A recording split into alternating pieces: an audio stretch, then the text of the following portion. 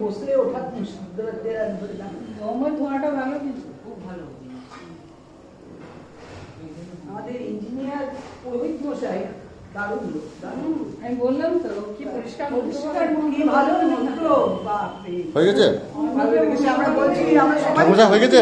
আমি একলা নয়, সবাই বলছি। দাঁড়ান এখানে।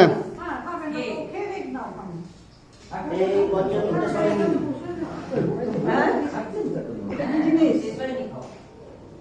চর্ণমিত। আমি কি করে